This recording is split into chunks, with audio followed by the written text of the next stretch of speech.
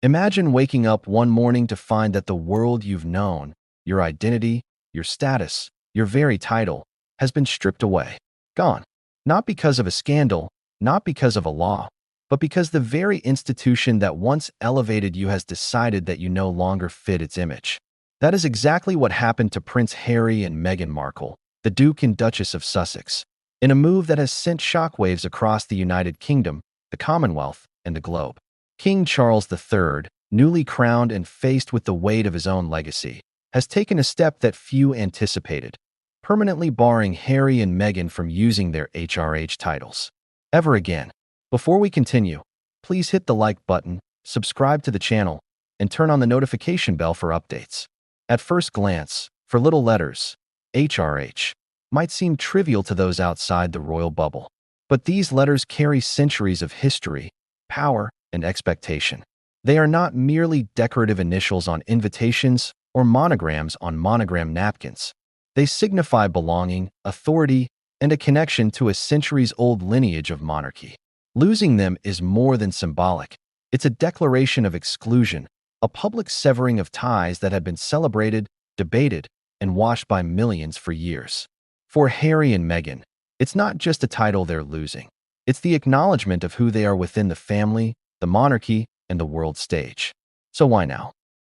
Why has King Charles chosen this moment, years after the Sussexes stepped back from royal duties, to make this move final and irreversible?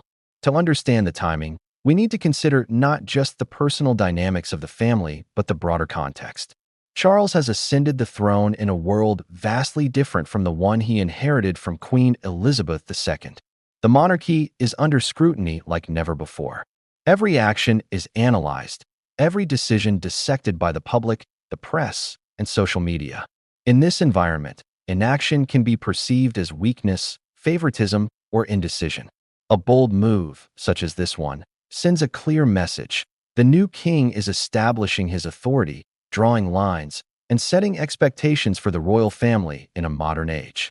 The story of Harry and Meghan's titles is entwined with decades of family drama, public fascination, and media frenzy. Remember the announcement in 2018 when the world celebrated their engagement? The couple, vibrant and ambitious, was seen as a breath of fresh air for the monarchy. Meghan, an American actress, seemed poised to modernize the family, to inject new energy, and to redefine what it meant to be a royal in the 21st century.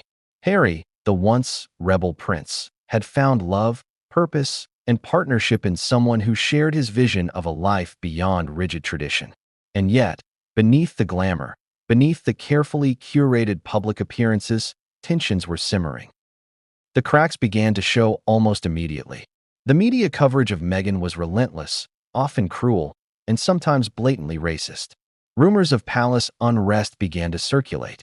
Meghan's every move was dissected, compared, and criticized in ways no royal newcomer had experienced before.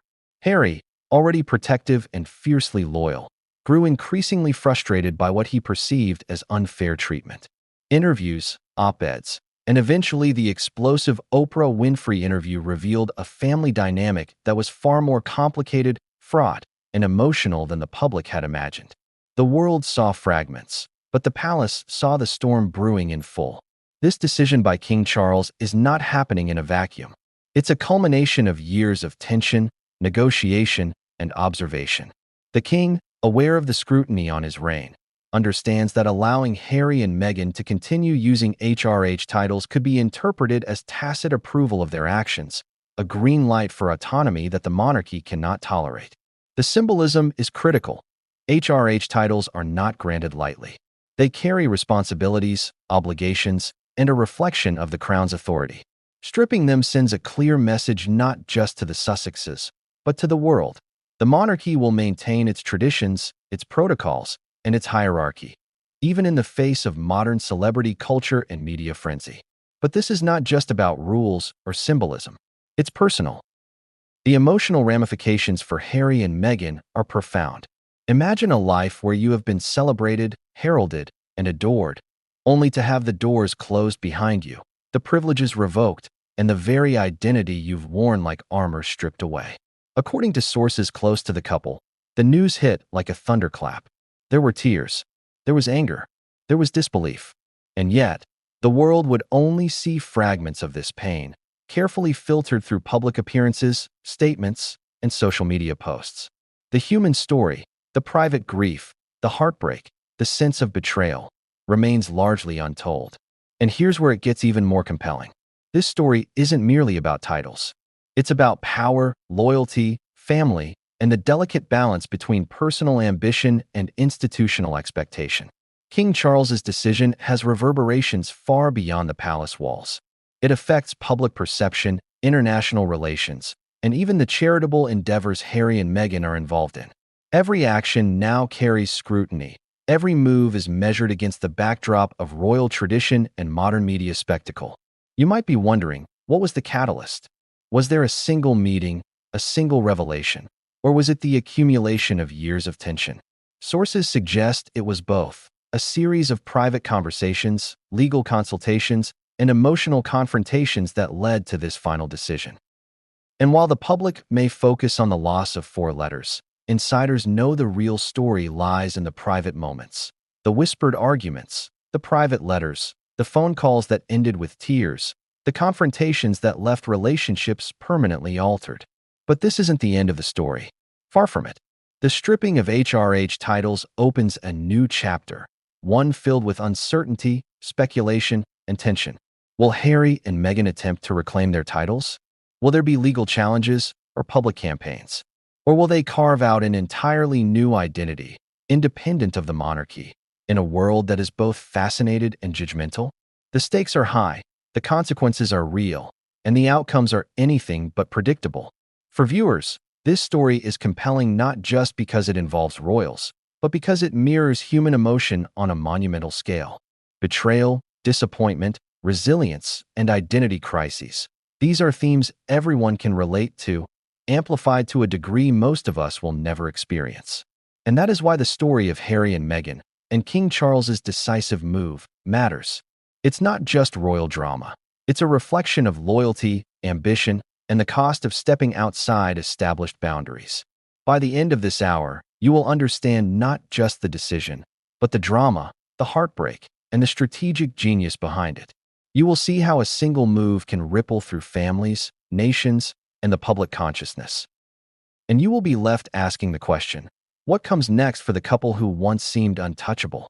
Imagine being born into privilege, surrounded by centuries of tradition, expectation, and ceremony, only to have it all taken away, not because of a personal failing, but because the system itself has decided you no longer belong in the inner circle. That's the reality Prince Harry and Meghan Markle are now facing. The loss of their HRH titles is more than symbolic. It's a public declaration that their place within the royal hierarchy has been permanently altered. But what exactly do those 4 letters mean, and why has losing them caused such a global uproar? HRH, His or Her Royal Highness, is not just a formality. It is a signal of rank, privilege, and responsibility. In the United Kingdom, the monarchy is a highly structured institution, a blend of public service, ceremonial duties, and centuries-old traditions. An HRH title is a public acknowledgement that the bearer is not just a member of the family, but someone entrusted with representing the crown itself. This includes attending official engagements, supporting charitable initiatives, and upholding the dignity of the monarchy at every turn. To lose this title is to lose a mantle of authority, a social signal that cannot easily be regained. The historical weight of HRH titles cannot be overstated. Dating back hundreds of years, these titles were carefully conferred and meticulously preserved. They indicated proximity to the sovereign, conferring both privilege and responsibility. Throughout history, royals stripped of their titles were often permanently distanced from public life, forced to navigate the world without the institutional protection that HRH status provided. Consider Princess Anne's exclusion from certain ceremonial roles, or the more extreme cases, such as Edward VIII, who abdicated and was stripped of his titles entirely. These instances illustrate that titles are never just decorative. They are central to identity, legacy, and power within the monarchy. For Harry and Meghan, losing the HRH designation is a personal and public turning point. They were once celebrated as the youthful, modern face of the royal family, capable of bridging the divide between tradition and contemporary society. Their engagement in 2018 was hailed as a moment of renewal for the monarchy. Meghan, with her American background and Hollywood career, represented a fresh perspective. Harry, historically seen as the rebellious son, was finally stepping into a role that balanced personal happiness with public duty. Together, they embodied the future of the monarchy, or so it seemed. The removal of the HRH titles signals something far more significant than a loss of status. It is an institutional rejection, a public statement that they are no longer part of the operational structure of the monarchy. This has deep ramifications for how they are perceived not only by the public, but also by other royals, government officials, and international leaders. The psychological weight of this decision cannot be understated. Imagine living for years in a space where every handshake, every appearance, every social interaction is colored by the implicit power of your title, only to have that power removed, leaving you exposed and scrutinized in a new, often harsh light. Many might assume that losing HRH status is a purely formal affair, a simple administrative change. But for Harry and Meghan, it touches every aspect of their lives. Consider the security arrangements alone. Royals bearing HRH titles are entitled to official protection funded by the state. Lose the title, and the nature, scope, and funding of that protection can change. Consider ceremonial appearances. Without HRH status, certain invitations, roles, and privileges are no longer available. Consider the public perception. The royal brand carries immense influence. HRH confers legitimacy, authority, and trustworthiness. Without it, Harry and Meghan must navigate a world where they are simultaneously famous and, in the eyes of some, unofficial. The emotional impact is equally profound. According to Palace insiders, the Sussexes experienced a range of feelings upon hearing the news: shock, disbelief, grief, and, ultimately, a sense of betrayal. Meghan, often described as fiercely independent yet deeply committed to family, reportedly felt blindsided. Harry, who has spent much of his life navigating the dual pressures of personal identity and royal expectation, found the move to be a profound challenge to his sense of self. The letters they lost were more than initials. They were symbols of belonging, of acknowledgement, of a lifetime of preparation and commitment to the monarchy. But why has this decision caused such a public uproar? After all, royals have been stripped of titles before. The answer lies in the unique position Harry and Meghan hold in global culture. They are not just British royals. They are international celebrities, influencers in media, philanthropy, and fashion. Every action they take is scrutinized and amplified. Losing HRH status does not simply affect their role within the family. It reshapes how the world perceives them. What was once a protective shield of monarchy now becomes a target of speculation, critique, and debate. To understand the full scope, one must look at the symbolism of HRH titles. They represent continuity and stability, linking the present generation to centuries of monarchy. They are a public marker of legitimacy, a seal of approval from the crown itself. For those outside the family, they communicate authority, tradition, and responsibility. When Harry and Meghan are removed from this framework, it is as though the institution is drawing a line, separating them from the chain of succession, the ceremonial roles, and the formal acknowledgement of the crown. The world sees the consequence in headlines, social media posts, and talk shows. The palace sees it in protocols, engagements, and the internal balance of the family hierarchy. But there is more to this story than titles, protocols, or symbolism. There is the human element, the fear, the doubt, and the uncertainty that come with losing status in an institution that has defined your life. Harry and Meghan now face a world where they must define themselves without the markers that previously guided and protected them. This is a test of resilience, strategy, and personal identity. How they respond will determine not just their public image, but their ability to navigate a complex web of fame, family, and expectation. And yet, despite the loss, there is a lingering question. Could there be a path forward? History shows that royals stripped of titles sometimes find new ways to wield influence, to regain favor, or to redefine their place in the world. But in the case of Harry and Meghan, the challenges are magnified by their unique position as media-savvy, outspoken, and highly scrutinized figures. The conventional avenues for reconciliation may be closed, but unconventional strategies, whether through public engagement, charity work, or media ventures, remain possibilities. As we explore the next chapter, it becomes clear that the stripping of HRH titles is only the beginning. Behind the headlines and public speculation lie stories of private confrontations, emotional turmoil, and strategic decisions.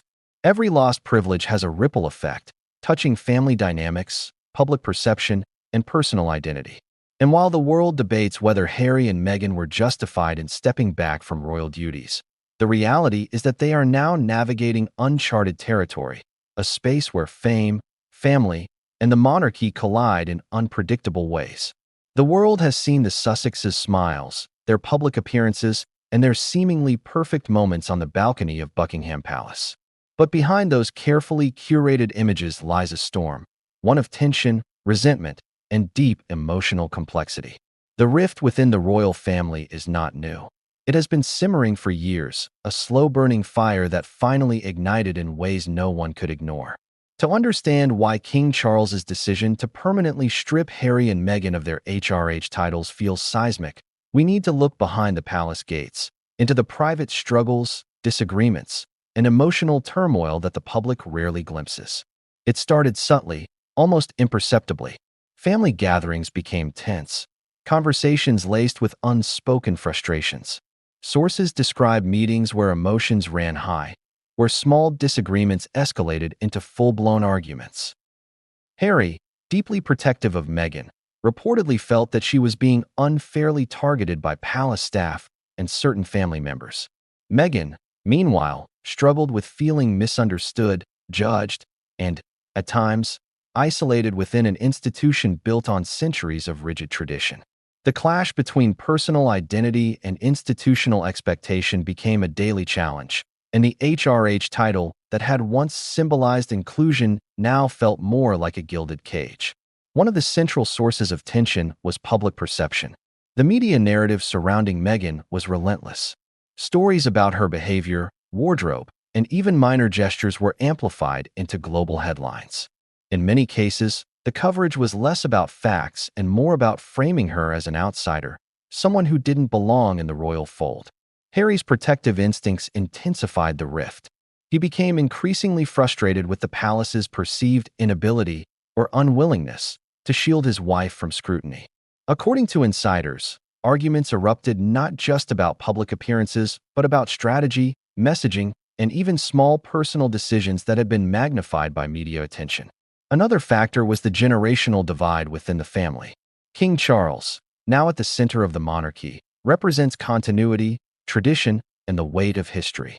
He has lived his life under immense scrutiny and understands the importance of perception, protocol, and precedent. Harry and Meghan, by contrast, embody a more modern approach, one that challenges conventions and pushes boundaries.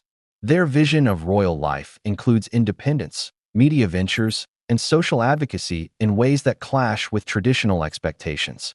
This philosophical gap created tension that was difficult to reconcile, even with the best intentions on all sides. Behind the scenes, family meetings became battlegrounds. Some sources report long, private dinners where disagreements were raised and carefully negotiated.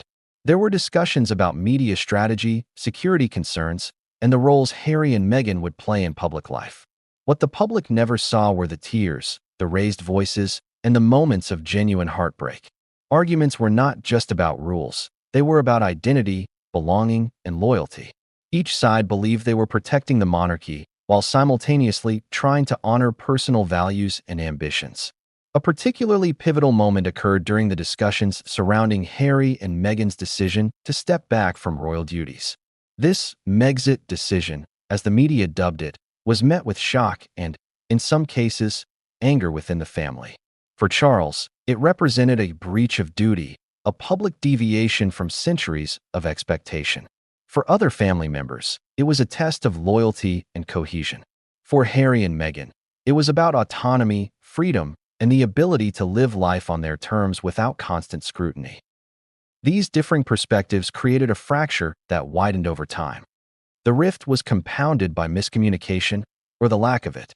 Many palace insiders suggest that meetings were often staged to appear conciliatory but lacked substantive resolution. Emails, letters, and phone calls sometimes went unanswered or were interpreted through layers of tension and suspicion. Small grievances accumulated, turning into larger resentments. In a family where tradition dictates decorum and public appearances mask private feelings, these undercurrents of emotion festered unnoticed until they could no longer be contained. Social dynamics also played a role. Allies and confidants within the palace could act as bridges or wedges between parties. Some members reportedly tried to mediate, while others were perceived as taking sides. Meghan, with her background in Hollywood, was accustomed to a culture of transparency and direct communication. Palace protocols, however, favored discretion, hierarchy, and indirect resolution. This clash of cultures intensified the rift, making reconciliation more challenging. The Sussexes' growing awareness of these divides contributed to their perception that they were increasingly isolated within the institution they had once embraced. The emotional toll of these tensions cannot be overstated. Sources describe moments of heartbreak and frustration. Harry confiding in friends about feeling trapped, Meghan expressing despair over being unfairly judged, and both feeling caught between family loyalty and personal principles. The HRH titles, once symbols of pride and privilege, became reminders of constraints and expectations they could not reconcile with their vision for their lives. This emotional undercurrent set the stage for the ultimate showdown, the decision by King Charles to remove the titles permanently. Yet, even within this storm of tension, there were moments of hope and connection. Family bonds, history, and shared experiences created a complex web of loyalty and love that was never entirely broken. The Sussexes did not leave lightly, and the family did not sever ties with malice. The decisions were strategic, emotional, and deeply human. Understanding these nuances is key to grasping the full scope of the current crisis. As the story unfolds, it becomes evident that the HRH titles were never just about protocol or privilege. They were symbols of inclusion, trust, and recognition within a centuries-old institution. The fractures in family relationships, amplified by media scrutiny and public pressure, made the eventual stripping of these titles almost inevitable. The palace, the public, and the family itself had reached a tipping point, and King Charles's bold move was both a response to long-standing tensions and a statement of authority. But what truly shocked everyone was not the removal of the titles alone. It was the chain of events, the secret meetings, and the personal confrontations that led to that decision. Private conversations, hidden alliances, and strategic choices shaped the outcome in ways no one could have anticipated. The public may see only the headlines, but behind closed doors, the drama unfolded like a high-stakes chess game, with every move carrying emotional and political consequences. And just when it seemed that tensions could not escalate further, an unexpected development occurred that would redefine relationships and alter the trajectory of the Sussexes' future within the royal family. Few moments in recent royal history have carried the weight and shock of King Charles III's decision to permanently strip Harry and Meghan of their HRH titles. To the outside world, it may seem like a simple act of protocol, an administrative note in the long ledger of monarchy. But the reality is far more complex. This decision is the culmination of years of tension, negotiation, and emotional turmoil.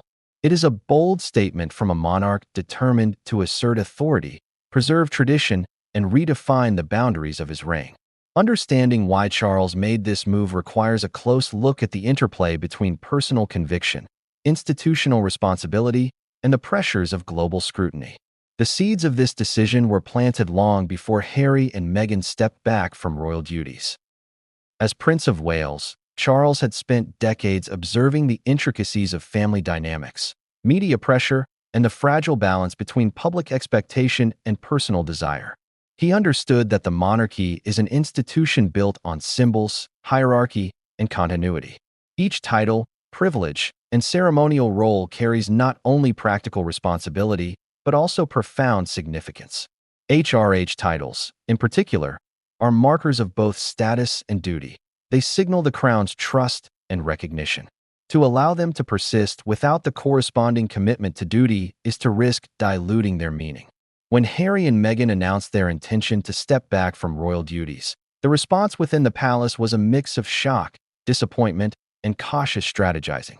Charles, now ascending to the throne, had to consider not only his personal feelings but also the long-term implications for the monarchy.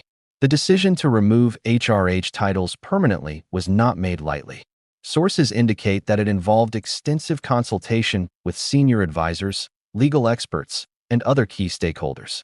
The goal was to ensure that the decision was legally sound, publicly defensible, and in line with both tradition and modern expectations. But the decision was also deeply personal.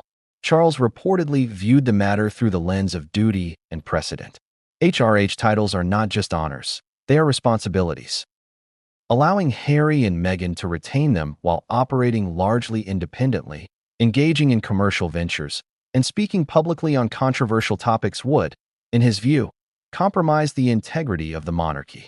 By removing the titles, Charles drew a line between family loyalty and institutional obligation, signaling that privilege comes with accountability. The announcement itself was carefully timed. The palace understood that public perception is critical. By waiting until the transition to his reign was underway, Charles could frame the decision as a necessary step for the stability and continuity of the monarchy, rather than a personal attack. In doing so, he also set a precedent for other family members who might consider stepping away from duties or challenging protocol. The message was clear: tradition matters, hierarchy matters, and the monarchy will not bend to accommodate personal preference over institutional necessity. Interestingly, sources reveal that there were intense discussions within the palace about the potential fallout. Advisors debated the risks of public backlash, media criticism, and even legal challenges. Some argued for a more gradual approach, phasing out titles over time or negotiating new arrangements. Others advocated for immediate action to prevent further ambiguity and to reinforce the authority of the crown. Charles ultimately chose the boldest course, prioritizing clarity and decisiveness over caution. The implications of this decision extend beyond protocol. Stripping Harry and Meghan of HRH titles affects their public image, security arrangements, and financial entitlements. It redefines their relationship with the monarchy, altering how they are perceived by both the public and the royal institution itself. In practical terms, it limits their participation in official events, affects ceremonial roles, and changes the way the royal brand is associated with them.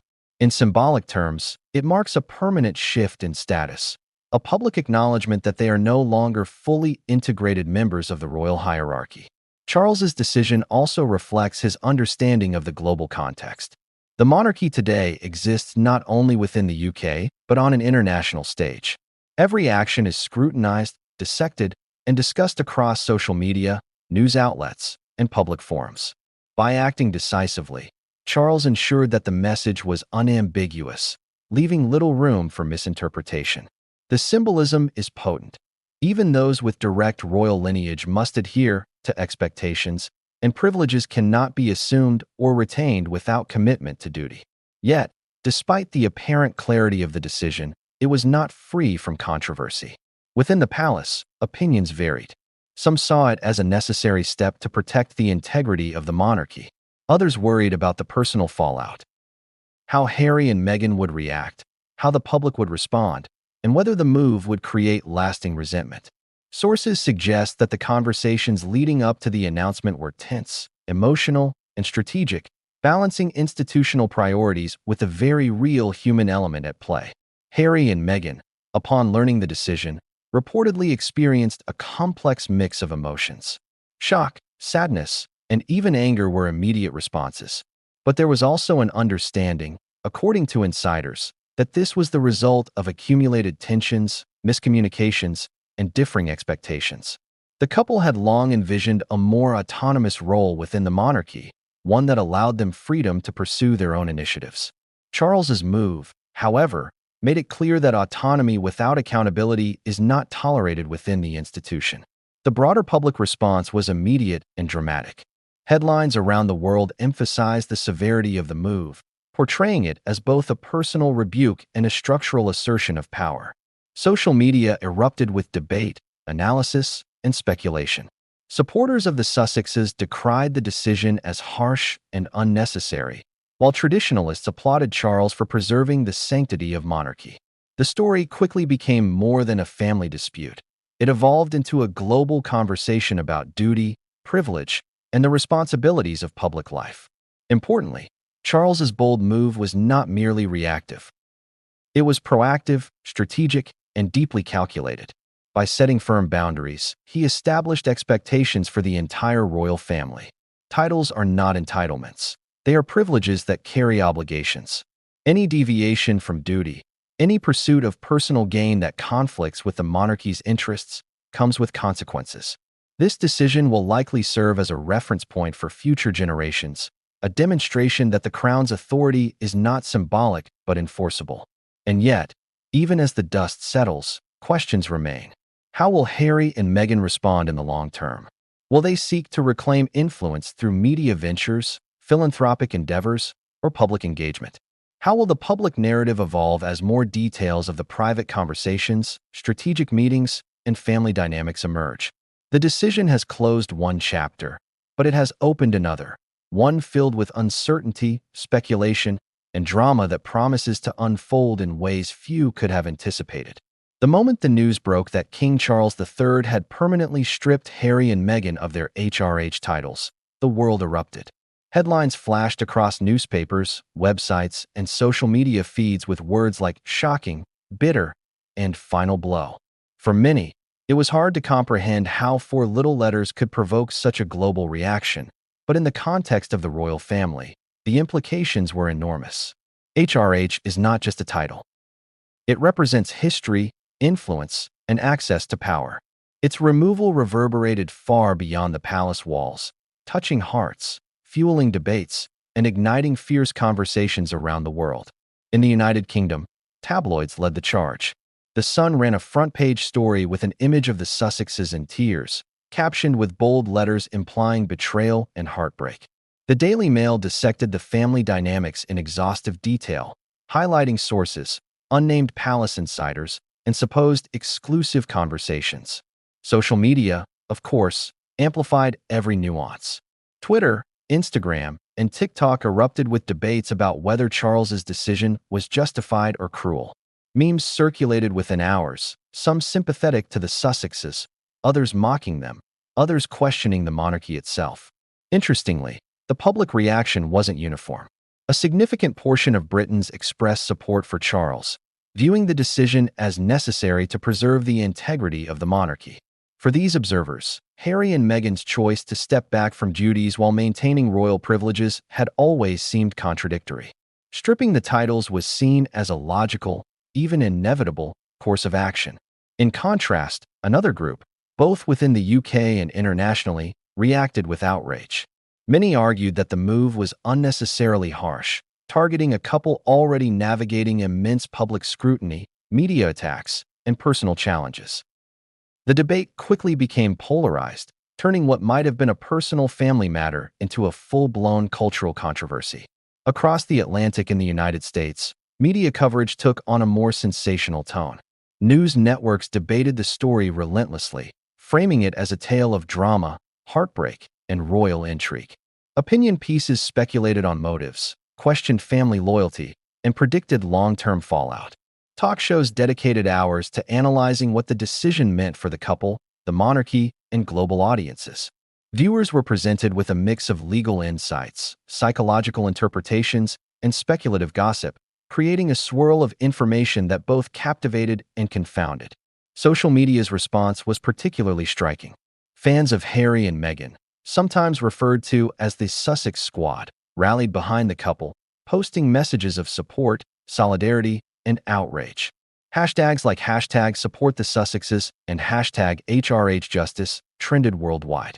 Influencers, journalists, and celebrities weighed in, amplifying the narrative and adding layers of commentary that further fueled the global conversation. Meanwhile, traditional royalists argued that the monarchy was right to enforce protocol, emphasizing that privilege without responsibility undermines the institution. The clash of opinions made every post, tweet, and comment a potential flashpoint for further debate.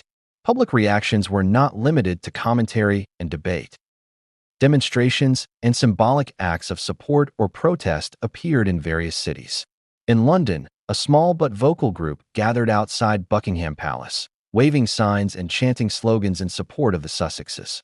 Across the U.S., fans organized online campaigns to bring justice to Harry and Meghan, circulating petitions and coordinating social media events. The news became more than headlines. It became a global cultural phenomenon, reflecting deep-seated beliefs about fairness, tradition, and the role of the monarchy in the modern world. However, the backlash wasn't entirely sympathetic to the Sussexes.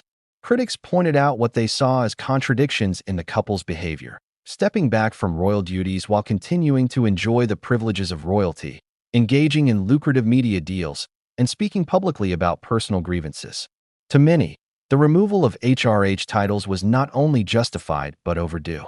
The tension between personal ambition and institutional expectation became a central theme in the public discourse, polarizing audiences and creating intense emotional investment.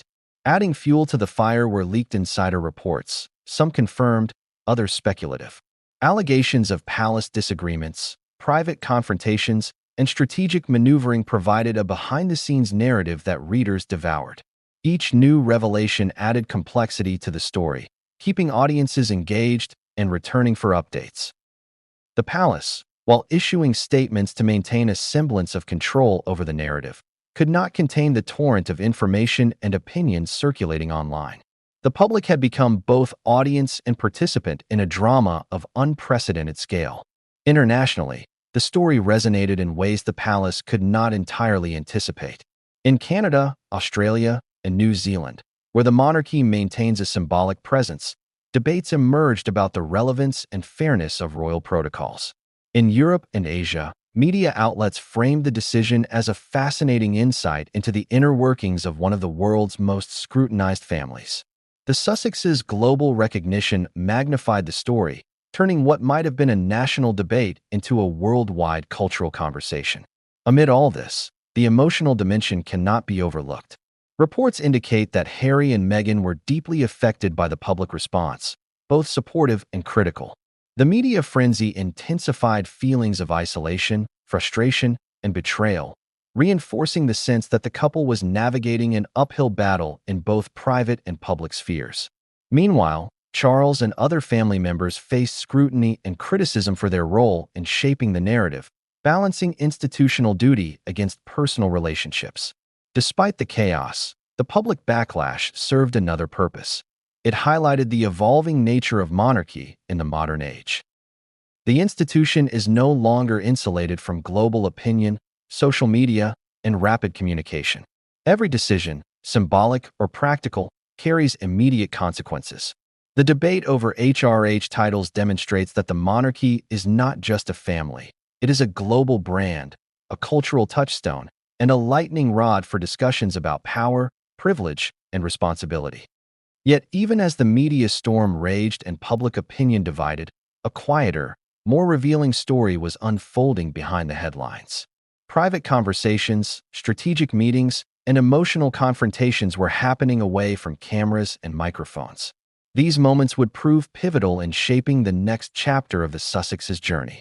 While the world fixated on headlines and social media trends, the real drama, the kind that determines relationships, power, and the future, was playing out behind closed doors, invisible to the public eye. And just when the public thought they had seen every twist, an unexpected revelation emerged that would send shockwaves through both the media and the palace itself. For many, Meghan Markle is a figure of fascination, a modern American woman who married into one of the most scrutinized families in history, a former actress turned global influencer, and a woman whose every move is watched, dissected, and debated. But behind the headlines and public appearances lies a deeply personal story, one filled with emotions that rarely make it into print. When news arrived that King Charles had permanently stripped Harry and Meghan of their HRH titles, the emotional impact on Meghan was profound, complex, and deeply human. From the moment she heard the news, Meghan reportedly experienced a whirlwind of emotions. Shock was first, a disbelief that an institution she had joined with hope, optimism, and commitment could render such a decisive judgment. Tears followed, not just of sadness, but of frustration and anger. According to palace insiders, Meghan's reaction was layered. She grieved the symbolic loss. She feared the public ramifications, and she was deeply hurt by the sense of exclusion from a family that had once welcomed her. To understand her perspective, it is essential to consider both the historical and cultural context. Meghan entered an institution steeped in centuries of tradition, one that often operates on implicit rules and unspoken expectations. Her American upbringing and Hollywood experience shaped a worldview in which transparency, independence, and personal agency are central. The clash between her values and palace culture created tensions that no public smile or carefully staged photo could conceal. Part of Meghan's anguish stemmed from the public nature of the decision. Unlike disputes that can be resolved privately, this was broadcast globally, dissected in tabloid headlines and online commentary. For a woman who has experienced relentless media scrutiny, the thought of her perceived missteps being magnified worldwide was unbearable. She understood that the loss of HRH titles was not just a private family matter. It was a story for the world, complete with public judgment, memes, and endless debate. The emotional burden was immense. Anger, too, was a significant component of Meghan's reaction. Sources close to her describe a feeling of betrayal, of being misunderstood, misrepresented, and unfairly targeted. She had devoted herself to her role, to charitable work, and to supporting Harry, all while navigating a hostile media landscape. The decision to remove HRH status felt like a negation of her efforts and commitment. It was not merely a formal action, it was, in her view, a dismissal of her contributions, values, and place within the family. Frustration arose from the lack of clarity and communication leading up to the decision. Meghan reportedly struggled with the sense that critical conversations had occurred behind closed doors without her full understanding. Meetings that should have offered transparency, explanation, or compromise were either inaccessible or ambiguous. This opacity intensified feelings of exclusion, reinforcing the perception that she and Harry were being sidelined, rather than included in meaningful dialogue. The loss of HRH status also carried tangible consequences that fueled Meghan's shock and anxiety. Security protocols changed, ceremonial privileges vanished, and public perception became an unpredictable variable. For someone who had invested deeply in her role and in the image of the royal family, these losses were not theoretical. They were immediate, practical, and deeply personal. The 4 letters she lost symbolized a larger shift, the separation from a system she had once hoped to navigate successfully. Amid the emotional turmoil, Meghan's sense of purpose and identity came into sharp focus. She has always approached her public role with intentionality, seeking to leverage her platform for charitable initiatives, advocacy, and social impact. The removal of HRH titles threatened not only her personal identity, but also the framework within which she could operate publicly. She faced a dual challenge: coping with the personal hurt and strategizing how to continue her mission in a world where her royal affiliation had been publicly diminished. Meghan's perspective also reflects her acute awareness of public narrative. She understands the power of storytelling and the influence of perception. Every reaction, every appearance, and every statement could be interpreted as either vindication or defiance. The media, keen to magnify controversy, scrutinized her response, turning private pain into public spectacle. The emotional weight was compounded by the realization that her actions were no longer solely personal. They carried implications for Harry, their children, and the broader perception of the monarchy. Support networks became crucial. Meghan reportedly relied on close friends, advisors, and Harry himself to process the news and strategize next steps. Conversations were emotional, strategic, and sometimes confrontational, reflecting both the depth of the hurt and the seriousness of the situation. Allies helped her navigate not only the practical ramifications, but also the emotional landscape, grief, anger, and the challenge of maintaining composure under the world's gaze. Yet, even in this storm of emotion, Meghan's resilience shone through. Sources describe her as determined to move forward, to redefine her role and impact, and to chart a course that aligns with her values.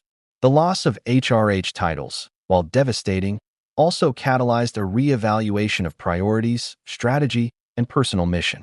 In a sense, the crisis became a crucible for transformation, testing both her emotional endurance and strategic thinking. Despite her strength, there remained a deep sense of sorrow, a mourning not only for the titles lost, but for the relationships altered in the process. Meghan reportedly reflected on moments of perceived betrayal, miscommunication, and the growing distance from family members she had once considered allies. The emotional stakes were profound, encompassing both personal heartbreak and the implications for her family's future within the royal framework. As Meghan grappled with these challenges, the global spotlight intensified. Interviews, social media commentary, and public speculation magnified every reaction, every gesture, and every statement. Each day brought new headlines, further complicating an already fraught emotional and strategic landscape. For Meghan, the challenge was to remain centered, to process the hurt, and to consider the broader implications of her next moves, not only for herself but for Harry and their children. And just when it seemed that Meghan had reached a moment of emotional reckoning, an unexpected twist occurred, a revelation that would challenge her assumptions, test her resilience, and alter the trajectory of the Sussex's future within the royal family.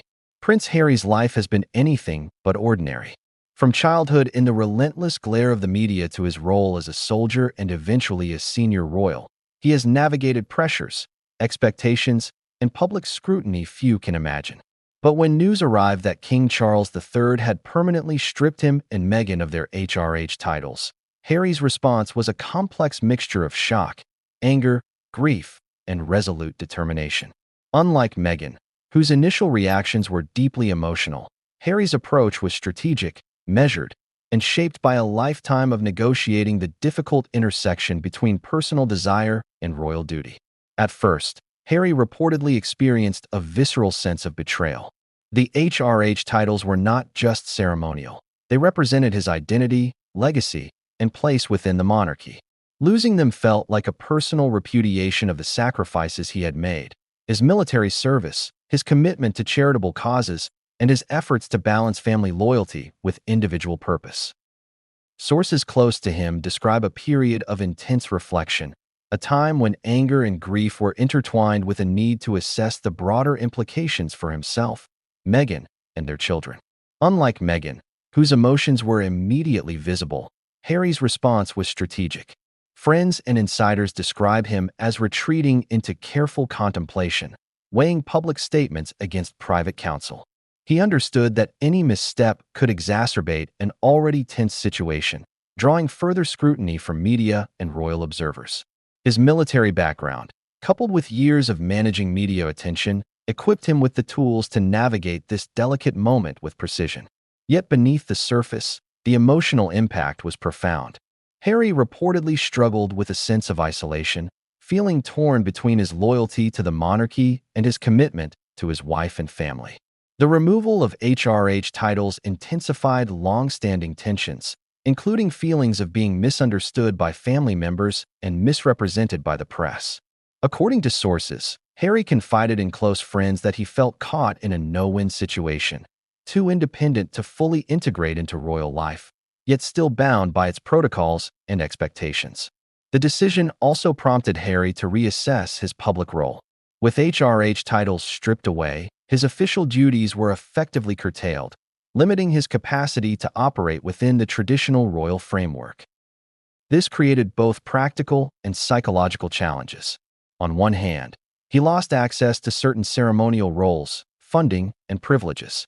On the other hand, he gained the opportunity to define his public identity on his own terms, a double-edged sword that required careful navigation. Harry had long expressed a desire to carve a path outside traditional royal confines, and this moment, while painful, opened the door for a recalibration of purpose and strategy. Harry's response was further complicated by the media's relentless coverage. Every action, from private statements to public appearances, was dissected, analyzed, and interpreted through countless lenses.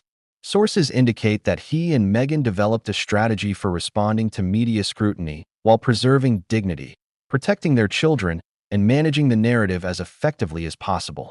Harry's focus on measured communication, rather than impulsive reaction, reflects both his maturity and the lessons learned from years under public scrutiny.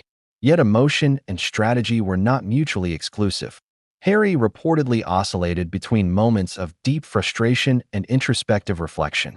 He grappled with the sense of loss, the ceremonial, symbolic, and personal dimensions of HRH status, and simultaneously considered how to maintain his public influence and personal integrity. Close confidants describe him as channeling anger into purpose, focusing on initiatives that allowed him to continue making a meaningful impact outside the confines of traditional royalty. Family dynamics also shaped Harry's response. He was acutely aware of the implications for his relationship with King Charles and other senior royals. Sources suggest that he felt both a need to assert independence and a desire to maintain connection, a delicate balance that required careful diplomacy. Conversations with Charles and other family members, whether tense, emotional, or conciliatory, informed his approach to public messaging and private decision-making. Harry's navigation of these dynamics underscores the complexity of his position. He is simultaneously a family member, a public figure, and a global influencer. Another critical aspect of Harry's response was his concern for Meghan and their children. The loss of HRH titles affected not only him, but also his family unit. He reportedly focused on shielding them from the worst of public scrutiny while maintaining a sense of normalcy and stability in their lives. The emotional weight of protecting loved ones while dealing with personal hurt added another layer to his response, highlighting the deeply human dimension behind the headlines and royal protocols. Harry also considered long-term implications. Stripped of formal royal status, he recognized the need to redefine his role and influence. This included reevaluating his public engagements, philanthropic work, and media projects.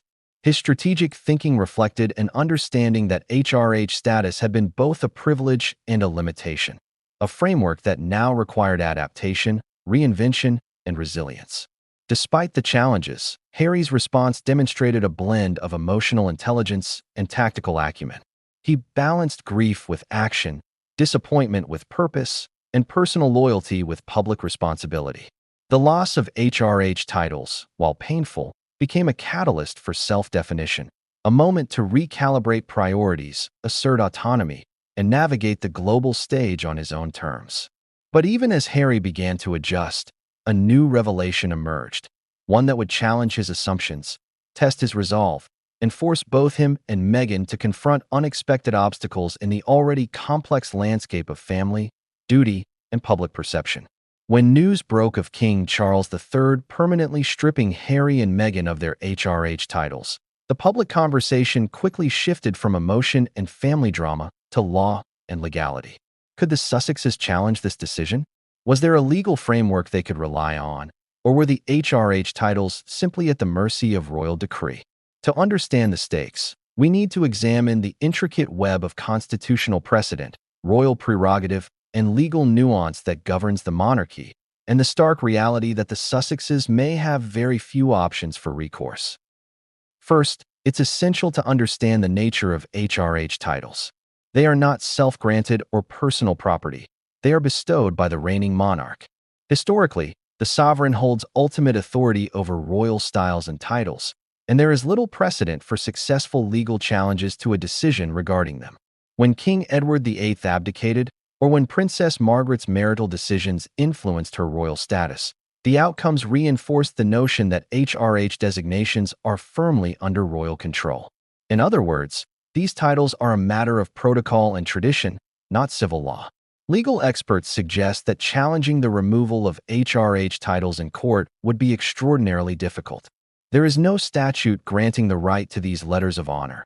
They are symbolic, not contractual.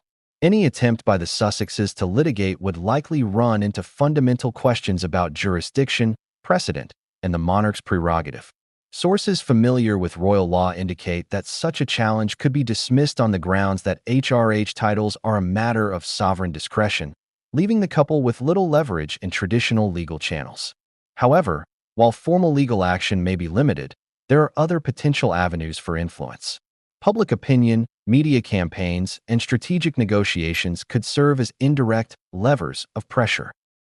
For example, If the couple were to leverage global support, sympathetic political voices, or philanthropic partnerships, they might indirectly create leverage, influencing future decisions or shaping the narrative to their advantage. Yet, even these strategies carry risk. Too aggressive a campaign could exacerbate tensions with the palace, potentially solidifying the permanence of the decision rather than challenging it. Another angle lies in the interpretation of historical precedent. While there is no direct legal right to an HRH title, there have been instances where the exercise of discretion has been contested or debated publicly. In these cases, legal scholars and historians have noted that sovereign authority is rarely questioned formally, but the court of public opinion can act as a powerful deterrent or motivator for change. This means the Sussexes could theoretically focus on reputation management, framing the removal of titles as unjust and rallying support in a way that challenges the palace's narrative without entering a courtroom. Insiders also note the complexity added by international perception. Harry and Meghan are global figures, with influence that transcends British law. Their contracts, media deals, and philanthropic ventures operate in multiple jurisdictions. While these activities don't directly impact the legality of HRH titles, they do offer the couple an avenue to assert influence and maintain visibility independent of the monarchy. This modern approach, leveraging celebrity, media presence, and global networks, represents a shift from traditional notions of royal influence and could, in practice, mitigate some of the loss of formal status. Yet despite these possibilities, the reality remains stark. Legally, the monarch's decision is effectively unassailable. Royal prerogative, a cornerstone of constitutional monarchy, gives Charles ultimate discretion over matters like styles, titles, and precedents. Courts have historically refrained from intervening in what is considered the sovereign's personal discretion.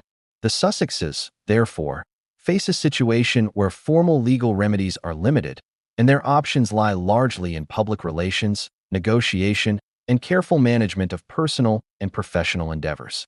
This legal reality adds another layer of complexity to the emotional and familial dynamics.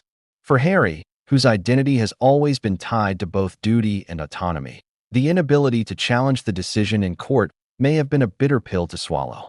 For Meghan, who has navigated public scrutiny with strategic precision, the challenge is how to maintain agency and influence in a system that has publicly constrained her authority.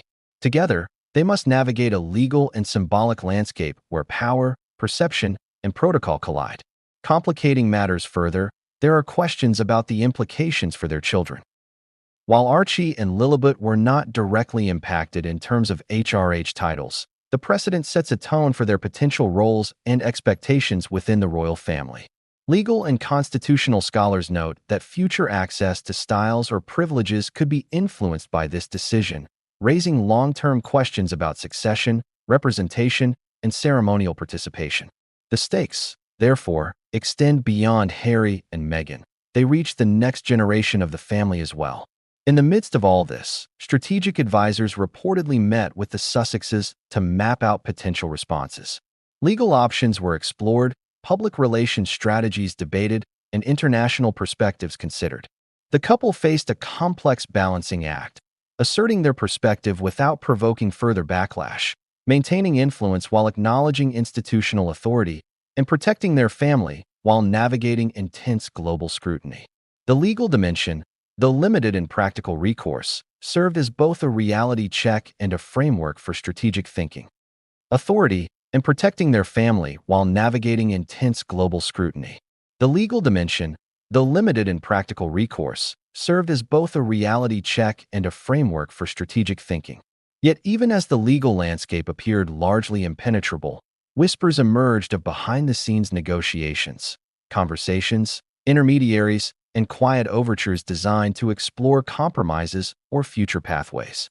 The details remain largely unknown, but these private discussions suggest that the Sussexes were not entirely resigned to the status quo.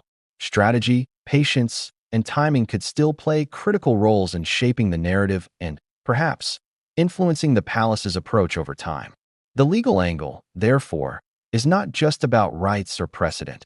It is a lens through which the Sussexes' options, limitations, and strategies can be understood.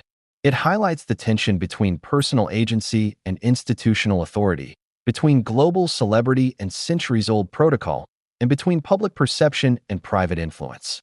It also underscores the fact that while HRH titles may be unassailable in law, influence, reputation, and narrative remain powerful tools in the modern age. And just when it seemed the legal framework would definitively close the door, a surprising twist emerged, one that hinted at potential avenues for challenge, leverage, and negotiation that could reshape the entire saga. The royal palace has long been a fortress of tradition, protocol, and secrecy. Behind its gilded doors, decisions are made that ripple across nations, influence public opinion, and shape history. The removal of Harry and Meghan's HRH titles was no exception. While the world saw headlines, media commentary, and public statements, the real story unfolded in private rooms, late-night meetings, and whispered conversations that have only now begun to surface. Inside the palace, secrets and leaks created a complex, emotionally charged web that influenced both the decision and the reaction it provoked. Insiders describe a tense environment leading up to the announcement.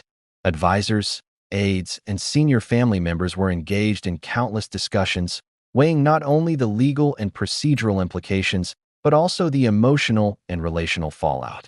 In these meetings, strategies were debated, compromises considered, and worst-case scenarios simulated.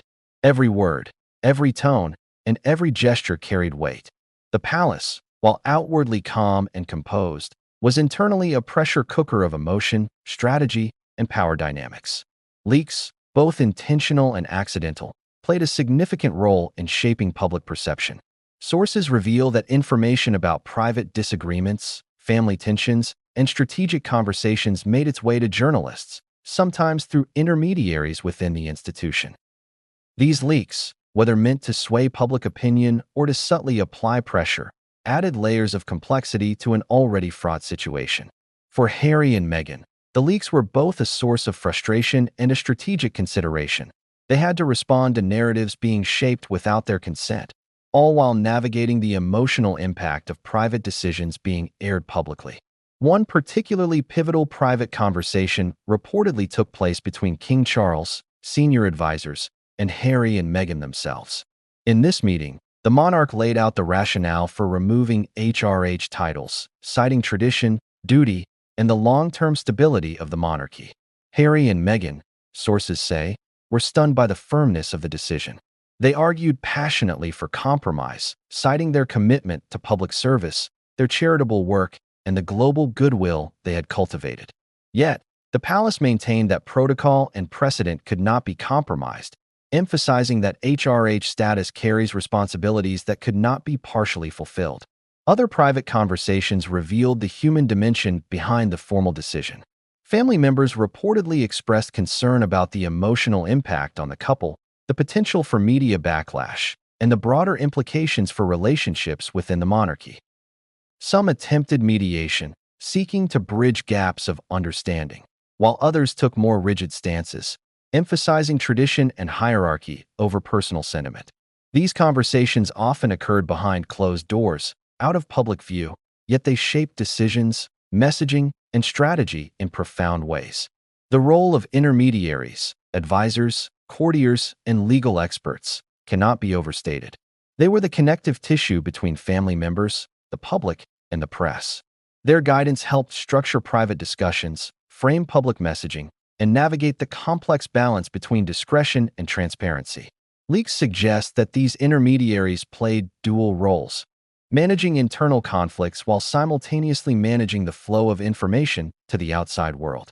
In many cases, their actions directly influenced both the timing and the framing of the HRH title removal.